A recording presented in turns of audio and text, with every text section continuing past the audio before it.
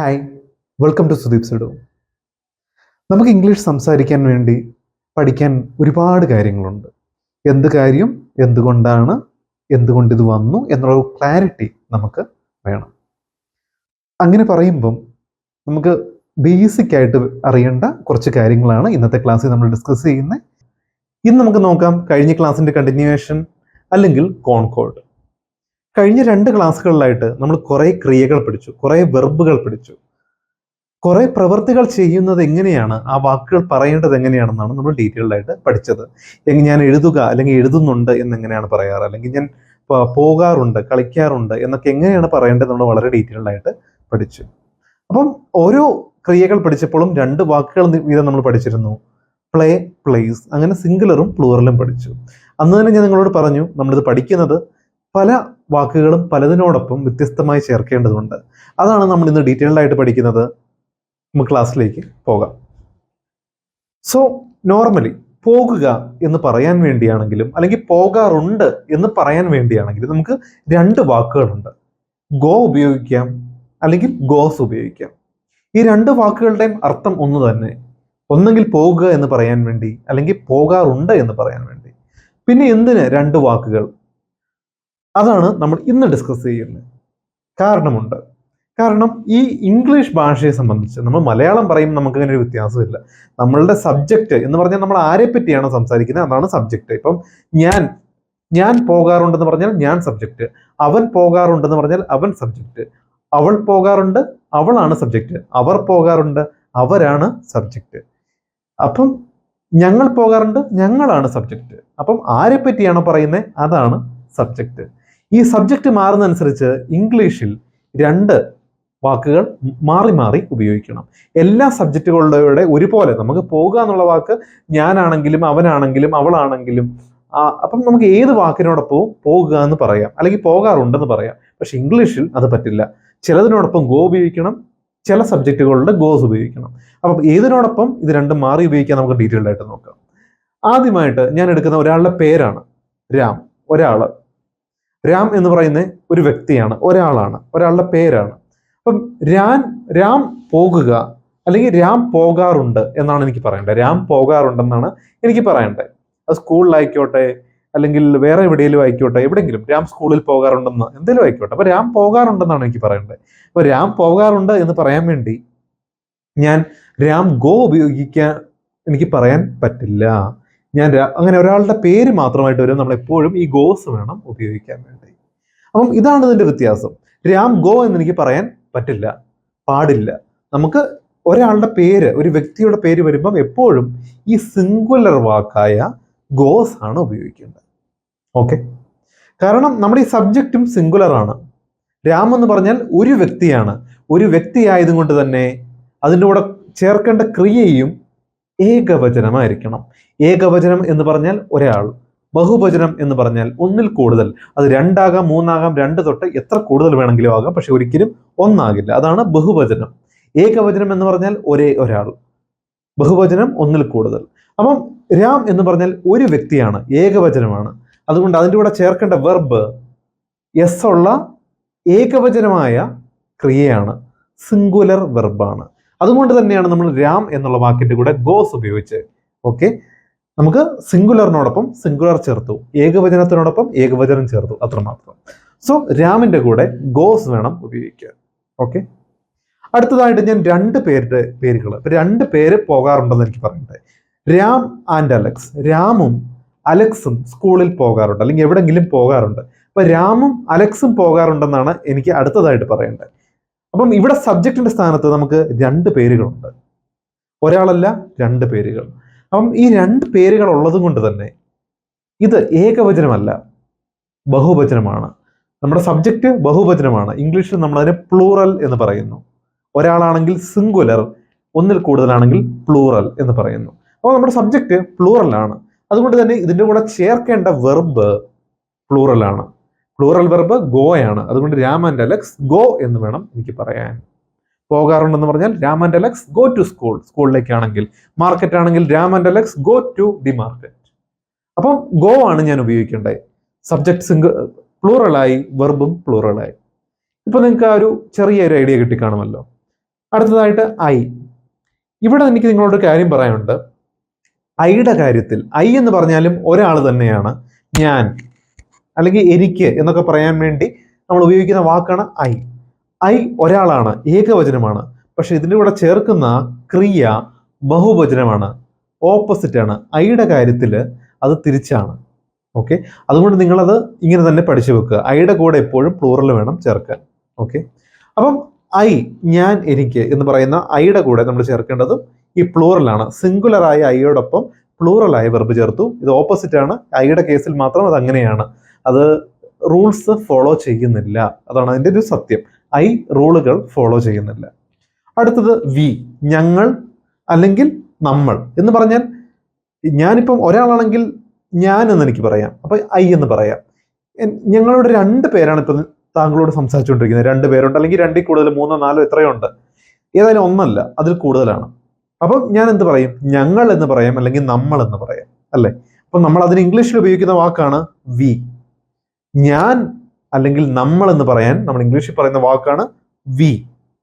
Okay, അപ്പം V എന്നുള്ള വാക്ക് ഞങ്ങൾ ഒന്നിൽ കൂടുതലുണ്ട്, അപ്പം ഞങ്ങളത് പ്ലൂറലാണ്. പ്ലൂറലിന്റെ കൂടെ പ്ലൂറൽ വെർബ് ഗോ തന്നെ ചേർക്കണം. ഓക്കെ, അതുപോലെ തന്നെ അടുത്തത് അവർ. അവർ എന്ന് പറയുമ്പം ഒന്നിൽ കൂടുതൽ ആൾക്കാരാണ്. അവർ എന്ന് പറഞ്ഞാൽ ഇംഗ്ലീഷ് വാക്കാണ് ദേ.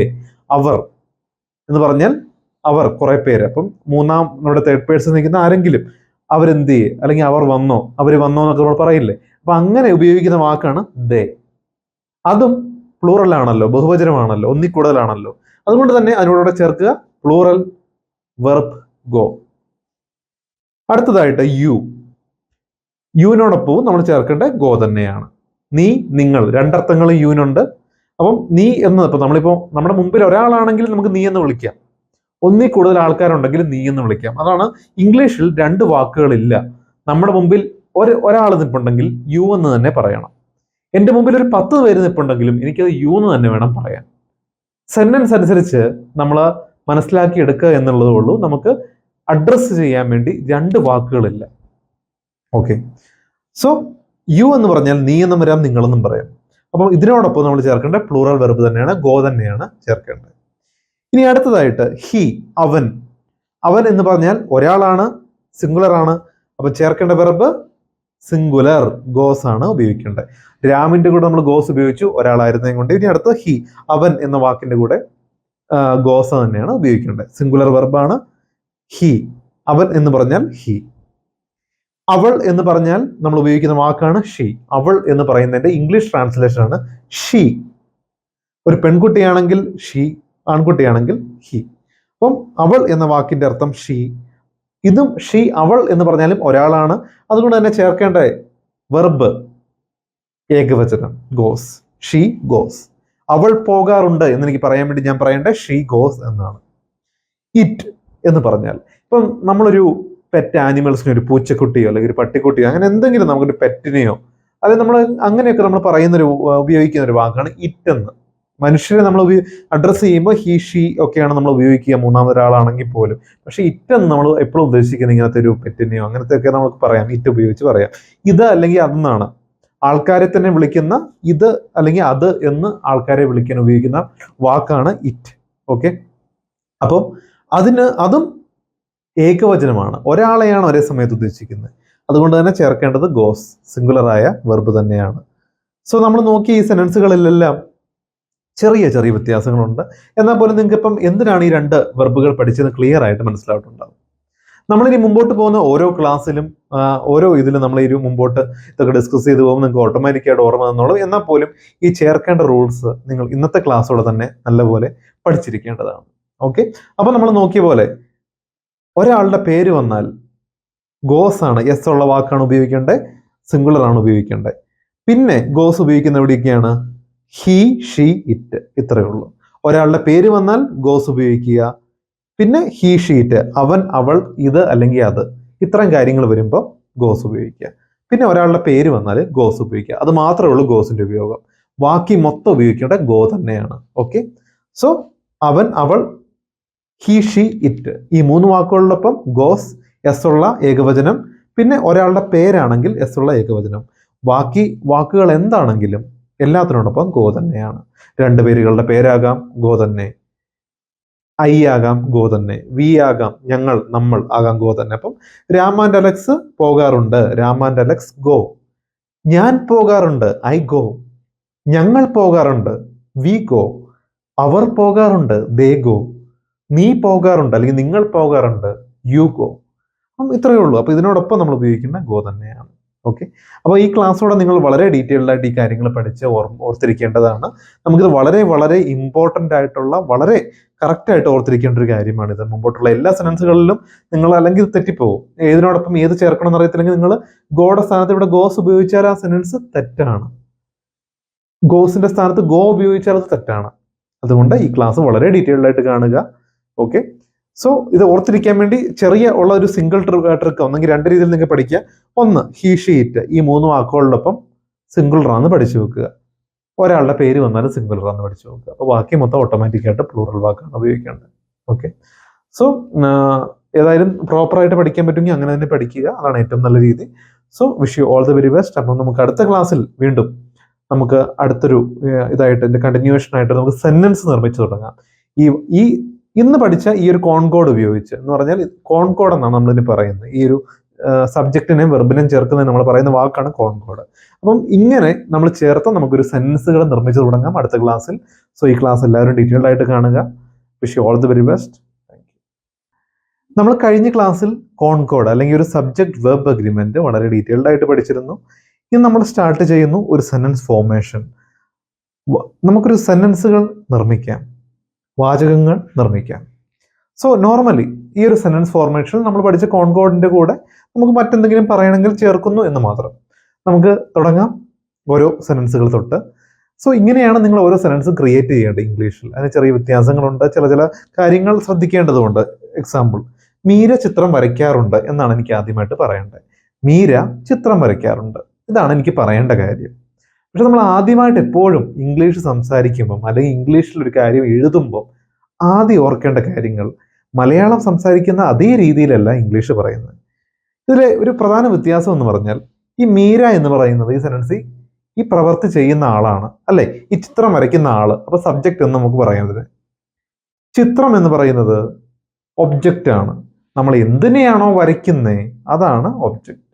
നമ്മൾ ചെയ്യുന്ന പ്രവൃത്തി ആരെയാണോ ബാധിക്കുന്നത് അതാണ് ഒബ്ജക്റ്റ്. ഏതായാലും ഈ സബ്ജക്റ്റും ഒബ്ജക്റ്റും ഒന്നും നിങ്ങൾ ഓർത്തിരിക്കാൻ വേണ്ടി ഞാൻ പറഞ്ഞതല്ല, എന്നാലും നമുക്കൊരു എളുപ്പത്തിന് ഒരു ആഡ് ഇൻഫോർമേഷൻ ആയിട്ട് ഇതൊക്കെ പറയുന്നതേ ഉള്ളൂ. അപ്പം വരയ്ക്കാറുണ്ട് എന്നുള്ളതാണ് ഇവിടുത്തെ ക്രിയ അല്ലെങ്കിൽ വെർബ്. ഇവിടെ നടക്കുന്ന പണി എന്താ? ഈ സെന്റൻസിൽ മീര ചിത്രം വരയ്ക്കാറുണ്ടെന്ന് പറയുമ്പം ആ സെന്റൻസിൽ നടക്കുന്ന പണി, പ്രവൃത്തി എന്ന് പറയുന്നത് വരയ്ക്കാറുണ്ട് എന്നാണ്. അപ്പൊ നമ്മൾ മലയാളം പറയുമ്പം നമ്മൾ ഈ പ്രവൃത്തി സബ്ജക്റ്റും ഒബ്ജക്റ്റും കഴിഞ്ഞിട്ട് അവസാനമാണ് നമ്മളിത് ഉപയോഗിക്കുന്നത്. മീര ചെയ്യുന്ന ആള് എന്താണോ ചെയ്യുന്നത്, പിന്നെ അത് ചിത്രം, പ്രവൃത്തി, അവസാനം. ഇതാണ് നമ്മളൊരു സെന്റൻസ്, അല്ലെ?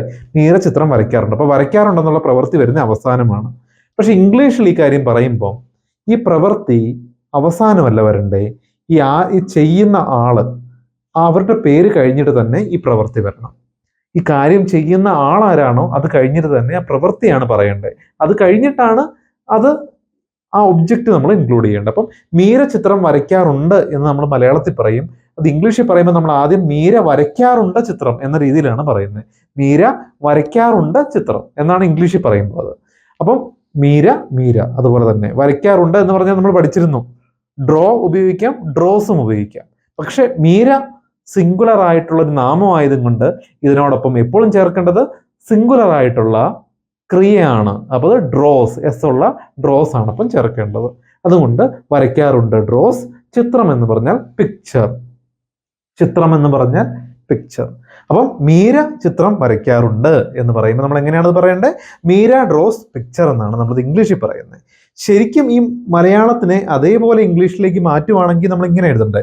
മീര, അടുത്ത ചിത്രമല്ലേ, പിക്ചർ, പിന്നെ ഡ്രോസ്. മീര പിക്ചർ ഡ്രോസ് എന്നാണ് ഇതിന്റെ കറക്റ്റ്. മീര ചിത്രം വരയ്ക്കാറുണ്ടെന്ന് അതേപടി ഇംഗ്ലീഷ് പറഞ്ഞ മീര പിക്ചർ ഡ്രോസ്. പക്ഷെ അങ്ങനെയല്ല നമ്മൾ ഇംഗ്ലീഷിൽ പറയുന്നത്.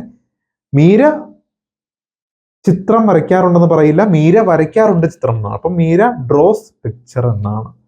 ക്ലിയർ ആയില്ലേ? ഞാൻ വീണ്ടും വീണ്ടും എടുത്ത് പറഞ്ഞ ആർക്കെങ്കിലും ഈ ഒരു കാര്യത്തിൽ ചെറിയ സംശയം ഉണ്ടെങ്കിൽ, കാരണം നമ്മൾ ഡയറക്റ്റ് മലയാളത്തിൽ ഇംഗ്ലീഷ് ആക്കി മാറ്റുമ്പോൾ ആ സെന്റൻസ് അതേപോലെ നമുക്ക് കിട്ടില്ല.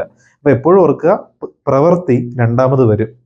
ചെയ്യുന്ന ആളെ ആദ്യം, രണ്ടാമത് പ്രവൃത്തി, പിന്നെയാണ് അതെന്താ ചെയ്യുന്ന കാര്യം എന്താണോ, ഒബ്ജക്റ്റ് എന്താണോ, അത് പിന്നെയാണ് വരുന്നത്. ഇപ്പൊ രണ്ടാമത്തെ സെന്റൻസ്, ഞാൻ ഫുട്ബോൾ കളിക്കാറുണ്ട്. അപ്പൊ അത് ഇംഗ്ലീഷിൽ പറയുമ്പം ആദ്യം മാറ്റുക, ഞാൻ കളിക്കാറുണ്ട് ഫുട്ബോൾ. അപ്പൊ ഞാൻ എന്ന് പറഞ്ഞാൽ ഐ ആണെന്ന് നമുക്കറിയാം. കളിക്കാറുണ്ടെന്ന് പറഞ്ഞാൽ പ്ലേയും ഉപയോഗിക്കും, പ്ലേസും ഉപയോഗിക്കും, രണ്ട് വാക്കുണ്ട്. പക്ഷേ ഐയുടെ കൂടെ എപ്പോഴും പ്ലൂറൽ ആണ് വരേണ്ടത് നമുക്കറിയാം, ബഹുവചനം വരേണ്ടത്. അതുകൊണ്ട് പ്ലേ എന്നുള്ള വാക്കാണ് ഉപയോഗിക്കേണ്ടത്, പ്ലേസ് ഉപയോഗിക്കാൻ പാടില്ല. അപ്പം ഐ പ്ലേ ഫുട്ബോൾ. ഓക്കെ.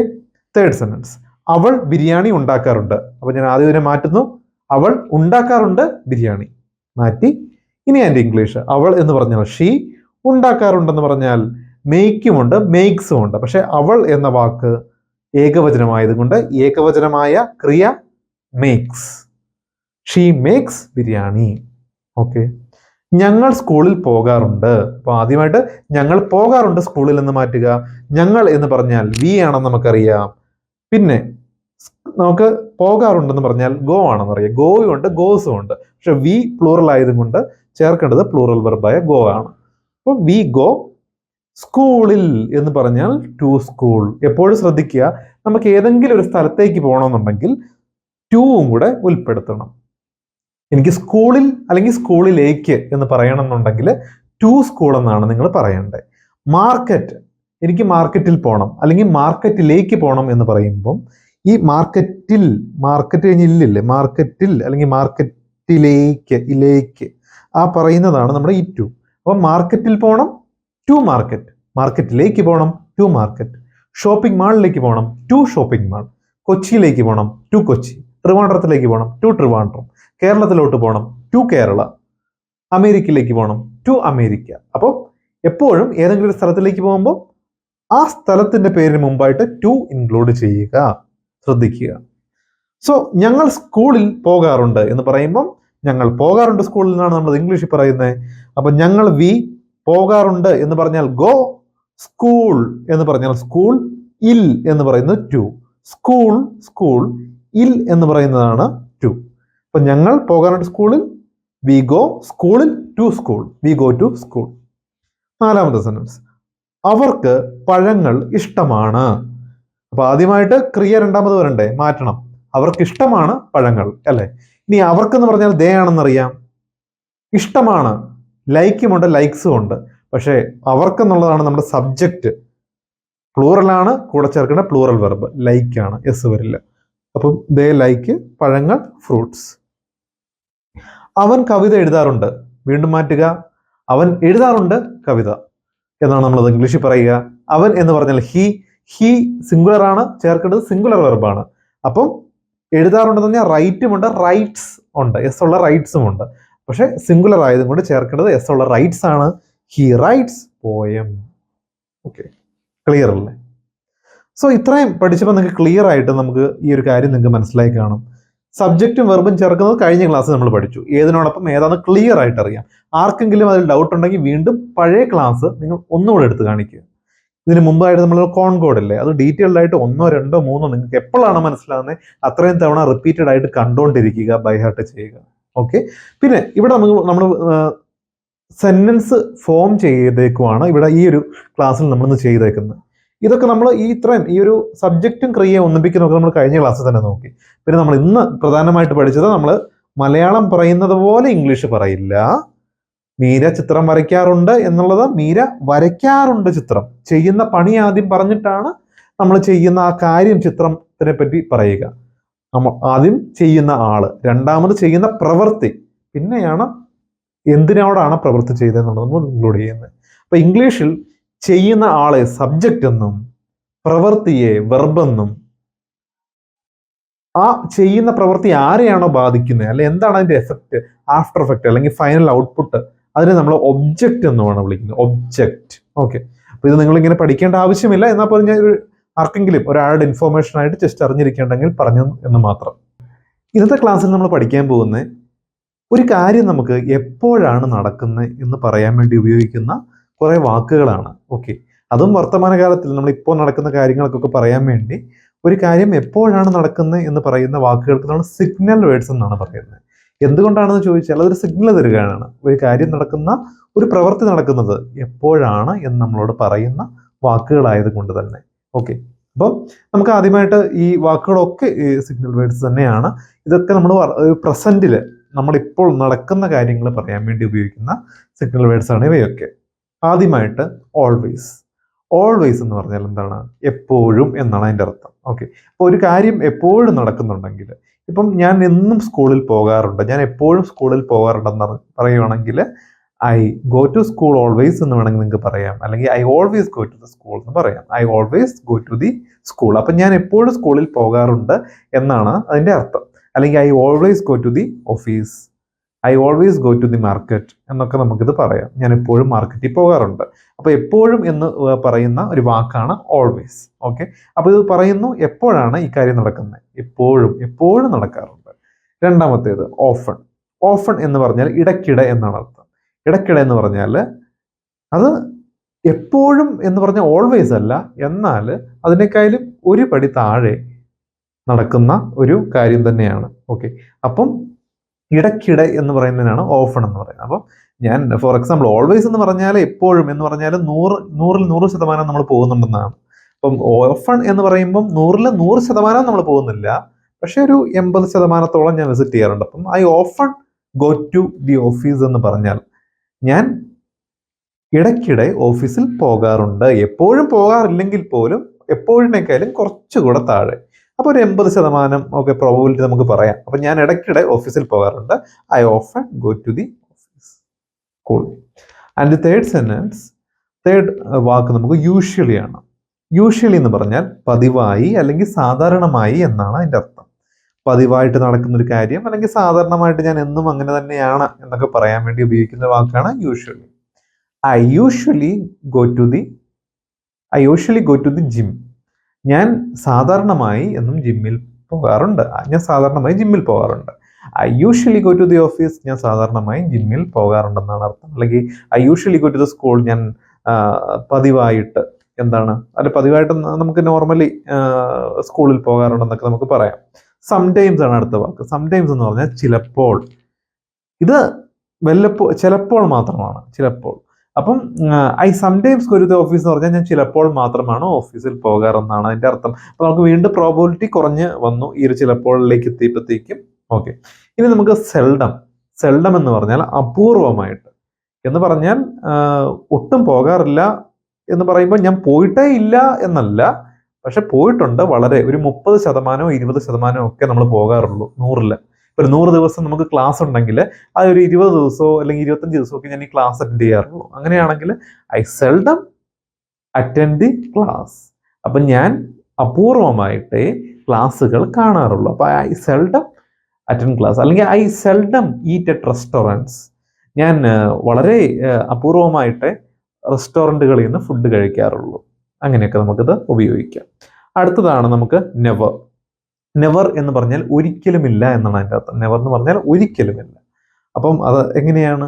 അപ്പം ഐ നെവർ വിസിറ്റ് ജിം, അല്ലെങ്കിൽ I never go to the office. ഞാൻ ഒരിക്കലും ഓഫീസിൽ പോകാറില്ല. I never go to the office. അല്ലെങ്കിൽ ഐ നെവർ വാച്ച് മൂവീസ്. ഞാൻ ഒരിക്കലും സിനിമകൾ കാണാറില്ല. I never watch movies. I never eat non vegetarian. ഞാൻ ഒരിക്കലും നോൺ വെജിറ്റേറിയൻ കഴിക്കാറില്ല. ഇങ്ങനെയൊക്കെ നമുക്കിത് ഉപയോഗിക്കാം. ഒരിക്കലുമില്ല എന്നാണ് അതിൻ്റെ അർത്ഥം. അടുത്തതാണ് എവരിഡേ. എവരിഡേ എന്ന് പറഞ്ഞാൽ എല്ലാ ദിവസവും എന്നാണ്. ഓക്കെ, അപ്പോൾ ഇത് നമുക്ക് ഏതൊരു കാര്യവും എല്ലാ ദിവസവും നടക്കുന്നുണ്ടെന്ന് പറയുകയാണെങ്കിൽ ഈ വാക്ക് ഉപയോഗിക്കാം. Example, I drink tea. ഞാൻ ചായ കുടിക്കും. I drink tea every day. ഞാൻ എല്ലാ ദിവസവും ചായ കുടിക്കാറുണ്ട് എന്നാണ് അതിൻ്റെ അർത്ഥം. I drink tea every day. ഞാൻ എല്ലാ ദിവസവും ചായ കുടിക്കാറുണ്ട് എന്ന് പറയുമ്പം ഐ ഡ്രിങ്ക് ടീ എവരിഡേ എന്നാണ് നമ്മളത് പറയുന്നത്. ഓക്കെ, അപ്പം എല്ലാ ദിവസവും എന്നാണ് അതിൻ്റെ അർത്ഥം.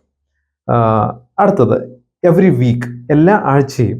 ഓക്കെ, അപ്പം എന്താ നമുക്ക് പറയുക? I go on vacations every week. I go on vacation. ഞാൻ എല്ലാ ആഴ്ചയും വെക്കേഷൻ പോകാറുണ്ട്. വെക്കേഷൻ നമ്മൾ എല്ലാ ആഴ്ചയും പോകില്ല. അപ്പോൾ വേറൊരു സെൻറ്റൻസ് നോക്കുവാണെങ്കിൽ I go to my home every week. ഞാൻ എല്ലാ ആഴ്ചയും എൻ്റെ വീട്ടിൽ പോകാറുണ്ട്. I go to my home every week, അല്ലെങ്കിൽ I go to home every week, എല്ലാ ആഴ്ചയും എന്നാണ് അതിൻ്റെ അർത്ഥം.